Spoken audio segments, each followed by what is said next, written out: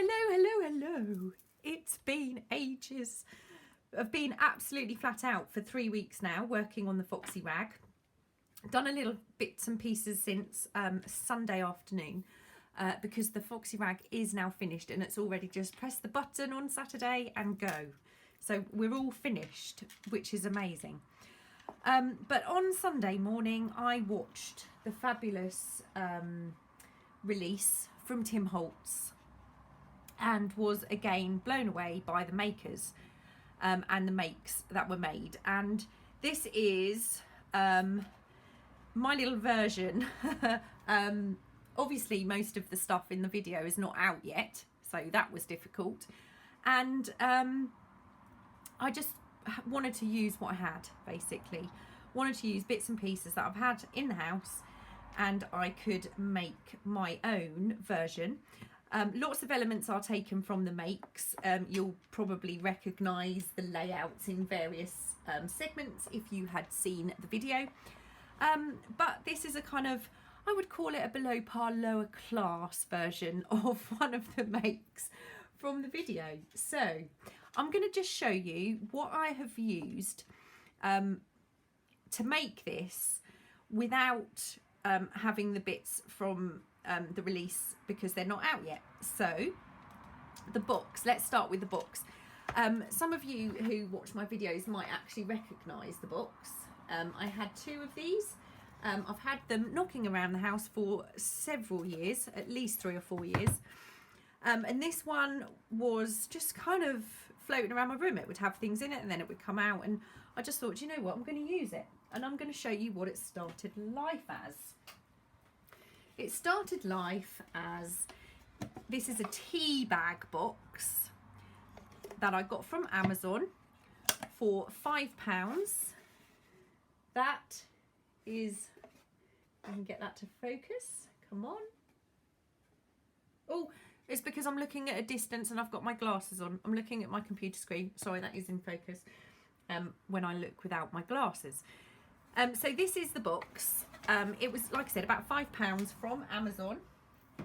So that's what I've used. All I did was rubbed some brown paint on, and I literally rubbed it all over, everywhere. Made sure I got into all the little creases. On the new one, these will come out, but because I'd already painted this white in the past, I couldn't get them out. So obviously this was painted white. Then I went over it with the, you can see the bottom is still white. Then I went over it with the brown paint, added some random crackle glaze, and then all I did was spray it with Vintage Photo and bundled sage, I think. So you can see the little green bits, and then I just rubbed it off. And that was it. Very simple. This little top bit here, I'm going to show you these again shortly. But I got this very cheap set of frames from Hobbycraft. It's from Hobbycraft. And there were 2 large square ones in here. So I broke one in half. Well, I actually cut it in half and I added it to the top there, as you can see. The frame I used here was a pendant. I snapped off using my thingies, and it was gold. It was a really bright gold. So all I did was use some black alcohol ink on that, and then a little bit of gold wax. Cut the photo to fit. I did get a little bit of ink because I was a little bit impatient, and I put my picture in before my ink had dried. I thought it was dry, but there was a little bit seeped in there. So anyway, another one, I would use these as a frame because I only had one of those. So that was those. Let me think. So the little glass bottles, okay, the little glass bottles. These were from the pound shop, and again, I've had these for years. I bought an absolute ton of them to make little pendants for my daughter's friends a few Christmases ago. But these came in, I think there were maybe 6 or 8 of these in a bag for £1. So those are the bottles I used. However, if you had a bigger frame, This box wasn't quite big enough, but these come from Hobbycraft too. These are out now because it's coming up for the Halloween, and they were a couple of pounds, and these were also a couple of pounds, and you get 5 of these. And these ones are in the wedding section if you visit your Hobbycraft and you want some of these glass vials. So yeah, these you only get 4, but you've got some different shapes in there. So that's an option if you've got a bigger box. I mean, my opinion is, if you've got a box at home, use it and just make what you can with the box you have. The skulls, now they're interesting because I don't know if I got these last year or the year before. There's a huge pack. I don't know how many are in the pack. These again are Amazon. They're originally from China. Halloween desktop decor. So what I did was I used my alcohol inks, and I used some silver gilding paste, and I just, you know, fancied them up a bit, but they were quite cool. I wanted a big skull, so I have just bought these from Amazon again. They're Boland is the brand. There's 12. I got 12 of these, and I think they were about £5, but I have all sorts of ideas to use for these. They're plastic. They're not fabulous quality. They're probably a little bit too big. And be careful if you use this net. Please use it in your crafts or dispose of it really carefully. But yeah, those are, again, Amazon. I will try to put links in the description if I can. Okay, so that's the frame and the bottles and the skulls. The scroll is literally a piece of scrap digital paper that I've rolled up, and there's a couple there. I've put on that one, I've put a tiny bit of cheesecloth and then tied it with a little bit of string. So these cogs are, again, they are Amazon. I've had these a long time too, but in the cogs, for some reason, there were a few of these random hands. So again, I've used, because a lot of these were kind of silver and gold, so I've just used, I don't know if I can get the light in there, I've used black alcohol ink and then a tiny bit of gold gilding paste around the outside of those. But the hand, this hand, is exactly the same as this hand here, coming over the top of those sticks. That little vase at the back, that one there, was one of these. Okay, and I gave it a coat of collage medium, and then I painted it with a couple of different colours, rubbed it off, and then put some gold round the top. The flowers are, again, these are Hobbycraft. So there's the flowers in the vase and those there. Those are these. And Hobbycraft are, I think these, I'm not sure what section these would be in. Maybe the cake section or the wedding section. I'm not 100% sure, but Hobbycraft still does this kind of thing. And all I've done is sprayed them with distress ink because it sucks it up. These are little satin flowers, and these ones are done with the distress mica stain on those. The little bottles, just so I can tell you what I did with those, I squirted a little bit of collage medium inside the bottle and then added my alcohol ink. I put my finger, as you can, I'm covered in it, I put my finger over and gave it a really good shake, and then the alcohol ink won't kind of disappear. And the labels are some of my tiny little labels, or then my normal labels that I've just printed 6 to a page, so they're really small. The boxes I'm going to tell you about in a moment, and the little books. I think that's it in terms. Oh, this is this moss is again Hobbycraft, and it's it's in the florist section, and you get a big box for, I think it was £3. Big box of that. And it is on a string, some of it, not all of it, but you have to kind of pull it off. So those Amazon and Hobbycraft, this is pretty much Amazon and Hobbycraft. Okay, I'm going to show you the books actually next. So I made myself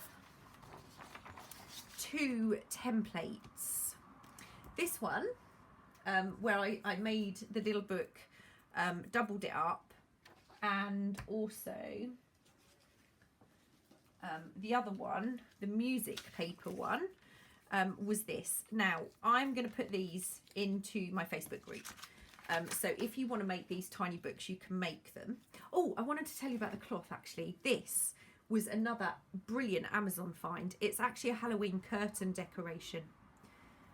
But this was £2.99 for a huge amount of this black cloth stuff.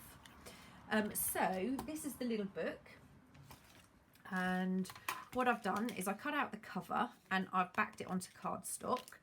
And what I would do is, this is a really kind of whistle stop tour of what I've done really.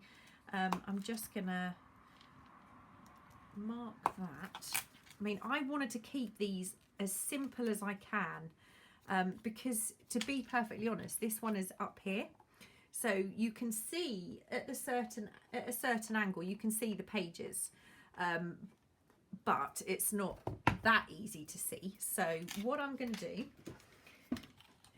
in my super fast, I cut out some pages and I've put them into 3 little signatures. Okay, and I inked them. So that's that. And this is my little book cover, kind of ready to go. What I did, I'll just ink this up a little bit, the inside, and we have to concentrate more on the top because the top view is the one that you see the most. I mean, this is super basic. This is not as posh as you could make this if you wanted to. Now I've got my 3 pages, 3 signatures, and my tiny attacher, and I'm using this to just staple these together because, like I said, they're on this shelf and you hardly see them. I haven't even worried about having the music the right way up. It doesn't really matter. Okay, so I get my 3 pages, my 3 signatures, like so. Now take my glue, and what I did was I ran a bead of glue just up the inside of that signature and held that shut. I mean, I did spend a little bit more time on mine. It wasn't quite so rushed. I'm just showing you what you can do with things that you've got around the house, in your craft room. Okay, now I just line those up and run a bead of glue up those signatures, like so. Pop them into my cover. Close that. Just hold that into place for a second. I'm just going to put that there, and then, which one did I use? Yeah. So I'm going to grab, because this book was in the middle, what I did was I just cut down a label, gave it an ink,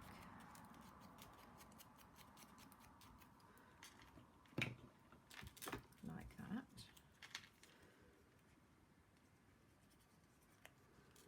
Put a little small amount of glue on there. Popped it onto the edge of my book.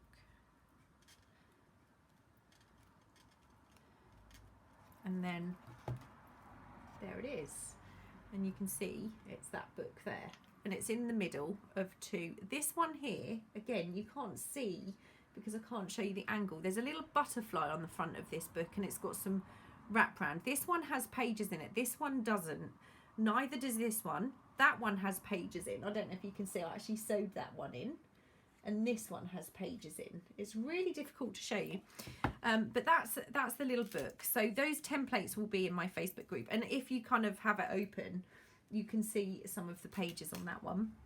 So book number 2, which is even easier, I had a small amount of this scrap. I'm not even sure what it's called. Gail used it in a video and Jamie Parks recommended it to me. Obviously I don't have the packet anymore and I have no idea what it's called. It's a paper, you can wash it, it looks a bit like leather. It's quite cheap and very durable, but you could use absolutely any fabrics, cardstocks, anything to do this. And what I did was, this was really technical. I did cut mine equally. I didn't just use a pair of scissors and chop some card up when I made mine. I did measure mine, but this is just a quick show and tell. Now all I did was fold and I just glued that together, and then you have your book. Okay, and you can use some twine to go round it. But that's another way of making some quick mini books to go into your little boxy thing. So the boxes, okay, they were a little bit of a nightmare. But what I've done is I have made a template, which will also be in my Facebook group. What I did was cut the template out, draw around it. It's a bit fiddly, but it works. There's obviously the paper one. Here is the card one. And this box will go together. There are 3 different sizes on the little template. Sorry, I'm a bit out of frame. Oh, I feel all of a dither because I haven't done a video for so long. So that's the box. Okay. Once it's glued, I just ink it, and again using my little tiny labels, just stick a label on the front after it's inked up. And that are these boxes here. Okay, so when I went off to Hobbycraft, oh, that's actually a Tim Holtz piece at the back there. This is from Jessica Rapp's digital kit. I just enlarged it slightly when I printed it, and that's just on cardstock. So that's the boxes. Okay, the last thing.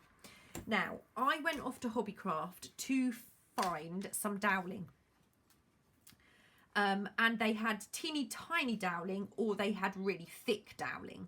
So I thought that's not going to work. I wasn't really sure what was going to work, but I found a video from, sorry, I'm just looking at my computer screen because I did a screenshot. I'm rubbish at remembering things.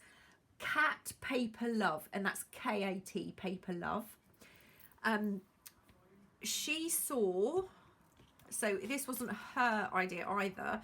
She saw a post from one of the Tim Holtz makers. And it was fabulous, this video that I watched. I will link it down below. Again, if I can find the link, I've just got a screenshot of her name, Drippy Candles. Drippy Candles. So I'm going to show you how I followed the tutorial to make my little candles. Okay, she used paper, but I've got, these are some of the scrap cards, you know, strips that I've got. So I'm going to use them because I'm just going to check it against my box. I'm going to show you, oh, I've just got to plug in my glue gun. Glue gun is plugged in and ready to go. So I've got a scrap piece of cardstock and my card, and because she used paper, it seemed to be much neater than mine started out, but I'm kind of happy with how mine ended up in the end. I'm just going to curl it to give it a start. Okay, give that curl. I did not even think about using cardstock or paper. I had every intentions of using wooden dowel. So my idea was wooden dowel, but using the glue gun. And then I found this fantastic tutorial, which is even cheaper. So why would you not? Do you know what I mean? When you've got strips of cardboard. And I just thought it was absolutely fabulous. Absolutely fabulous. I'm going to use my awl just as a way of starting off my candle. Now you can make your candle as skinny or as fat as you want, and I'm going to make this one quite a skinny candle, so I'm rolling it quite tightly. Once I get it to the thickness I want, I'm going to trim off the end. These could not be simpler if you've got a glue gun. My glue gun, I started with, I've got a huge Bostik one, and it is huge. It's a proper tool rather than a crafting tool. So I picked this one up from Hobbycraft for £5. Just making sure that's getting hot. So I'm going to hold that in place. And then I'm going to do my shorter one, but I'm going to make this slightly fatter. So thank you, Kat, for this fantastic tutorial.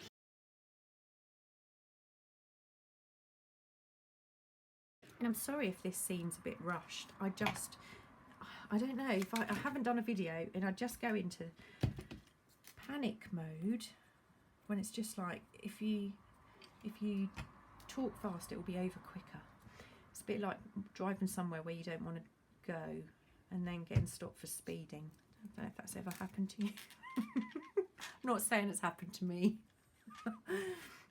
But sometimes you just think, do it quickly, then it's done. Okay, so that's the start of my 2 candles. Them down. That's not actually enough glue, so I'm going to pull that up. Haven't used enough glue, so ignore this bit. Ignore this bit. Let's try again.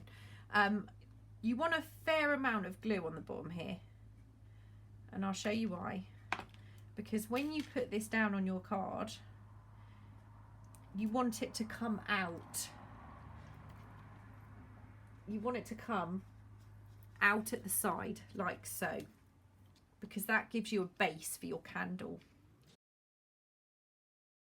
And then I've stuck it upside down this time. Would you believe it? See? I'm just going to poke a hole in that dried glue. Now I'm using this thread for my wick, and I'm going to make it quite a lot longer than I need to start with. And if I can get this in here now.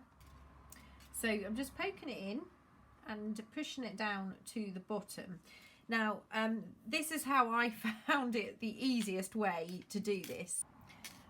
So just pop the wick in, and then I start from the back. A little bit of glue, not too much at this point. And then just hold the wick to try and keep it as centered as you can. Oops. Get rid of these stringy bits. Obviously you have to be really careful when you're using hot glue. It's quite dangerous. So at this point I'm going to cut my 2 pieces apart, and you can see we have our cylinder shape with what will be the wick coming out of the top. Now that one isn't very central, but it doesn't matter. It's fine. I'm just going to cut it a little bit shorter now, but I'm still not going to cut it too short. And this is where what I'm doing is different to what Kat did, because I tried to burn this and blow it out, and I ended up with a very, very short wick on that candle. So this candle I did differently, and I'm going to do that again because that worked better for me. So what you need to do is take your glue gun, and this seam is the first one I do, and you just do a dot, leave it for a second, and then bring it up, and then put it off at the top, and just go round and do your drips. And you can make them as big or as small as you like. You can have as many drips or as few drips as you want. You can make them as long as you want or as short as you want.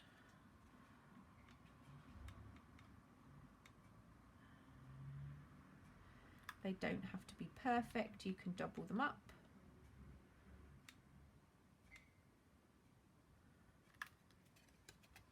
In actual fact, if you try to make them too perfect, they don't look as real.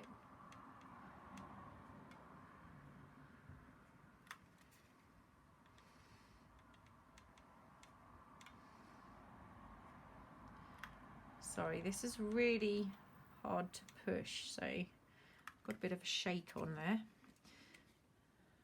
And I'm just going to try and put a little one in here. Okay, once you've gone all the way round with your drips, what I do is I just go around the top again with the glue gun, like so, just to build that up a bit. Pull that off. Okay, and then this is a fantastic tip from Kat. Use your heat tool and just give that a heat, and what it does is it actually smooths off that glue, obviously because of the heat. Okay, it's not brilliant, but it's okay. Now I've got a bit missing here. Don't know if you can see. I've got a little bit missing, so I'm just going to go back in with a little bit more of my glue. Okay, that one I'm happy with. So now I'm going to work on this one after I get rid of all these threads from the glue gun.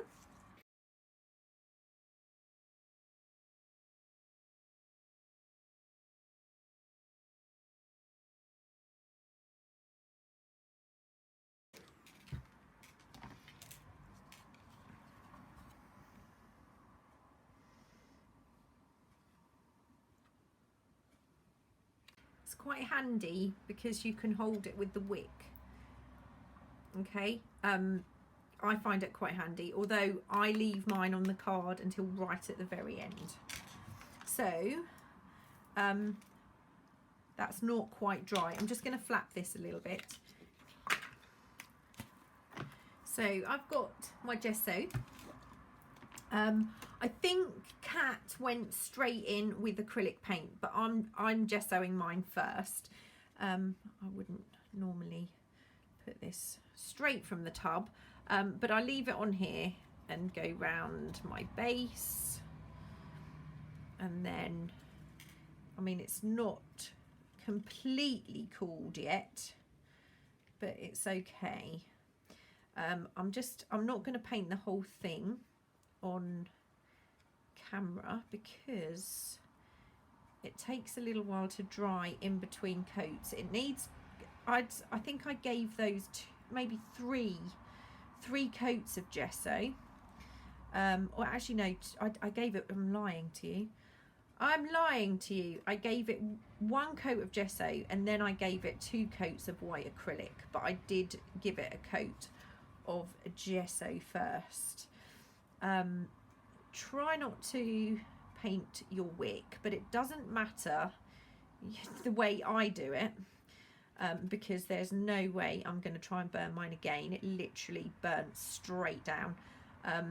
Probably she used proper candle wick. Maybe that's why it burnt a lot slower than mine did. Got a little bit of glue residue on my paintbrush.